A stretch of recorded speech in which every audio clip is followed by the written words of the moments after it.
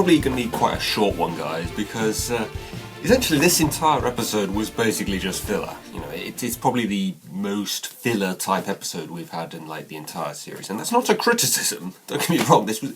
I don't mind filler like ever, as long as it's good filler. And you know, for the most part, this was good. You know, the main thing I think you need when it comes to filler episodes is you need some good character development. And yeah, I thought we got a decent amount here. I mean, we got a fairly sort of broad cast in this one. You know, you've got all the main characters aside from, I guess, Wendy and Zeus for like the second half, and then you've also got Candy and Grenda in there.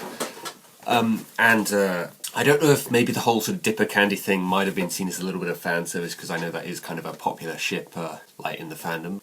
But even if it isn't, it's kind of cool that they perhaps sort of acknowledged that you know, there is a little bit of sort of chemistry going on between the two of them.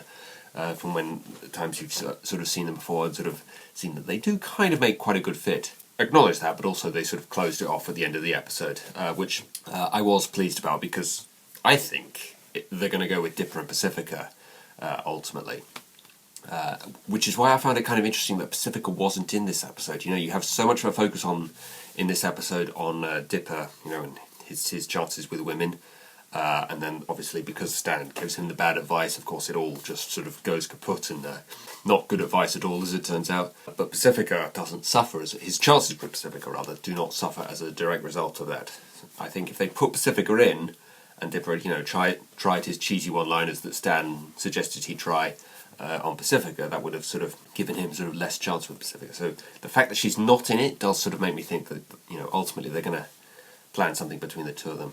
Kind of weird, though, actually, that Stan supposedly gives Dipper this bad advice about how to talk to girls, but it seemed to be working, actually. You know, the only reason why it didn't ultimately work is because he tried it with 3 girls at basically around the sort of same time, and then they all sort of converged together at one particular moment, which was kind of unfortunate, and that's basically why it didn't work. So, you know, that's kind of weird. And also the fact that they just sort of reject Dipper quite quickly, I suppose maybe that's maybe a result of them maybe thinking, oh, actually maybe he isn't as charming or as confident as maybe we thought. You know, the fake confidence, as they say. You know, you don't really sort of see exactly what Dipper tries with the girl. I mean, you see with the first one, but you don't see with the corn maze girl or the log ride girl exactly what he tried with either of those that sort of won them over. So, you know, maybe they were just sort of cheesy lines, and they were just sort of throwing him bones, just sort of giving him a chance, and then after seeing, oh, he's just going around trying things with various women. No, not interested. Poor old Zeus, you know, we learned at the start of the episode that he was tied to a ceiling for 72 hours, and now he gets stuck in a maze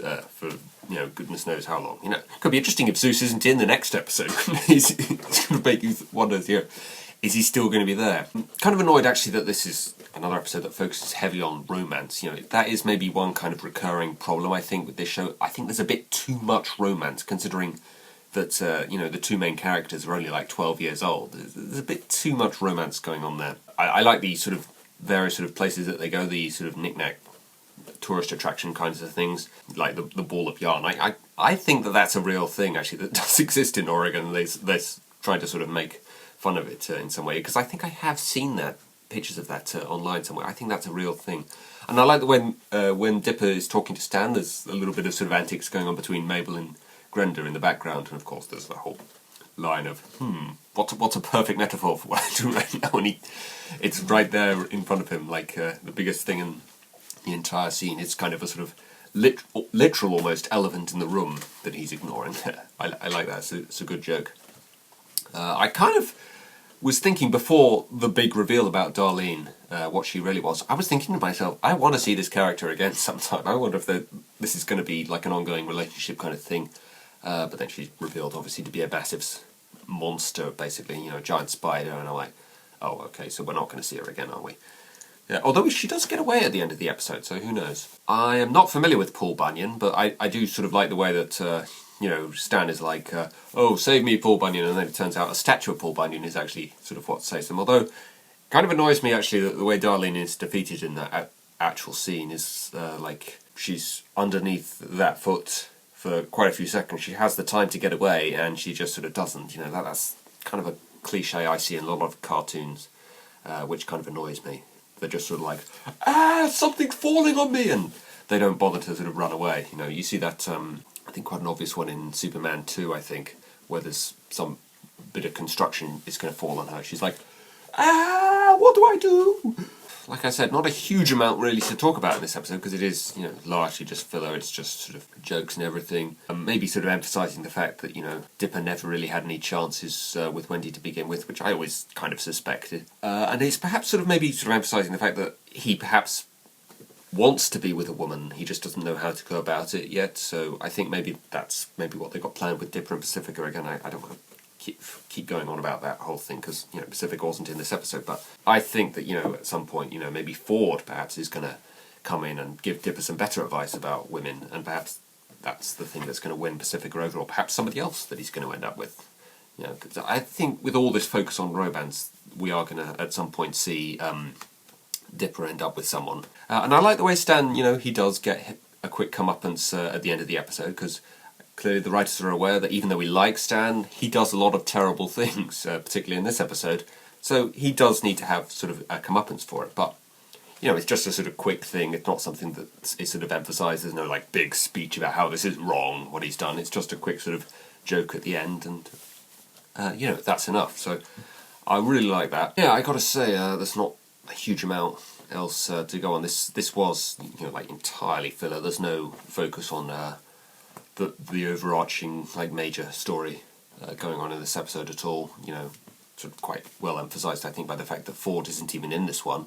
Not much else, just a very sort of enjoyable, sort of funny kind of episode. As filler episodes go, this was definitely a very enjoyable one, but it definitely has me sort of hoping that there's a bit more going on in terms of the overarching story in the next one, I think. Because this was, you know, like, entirely filler.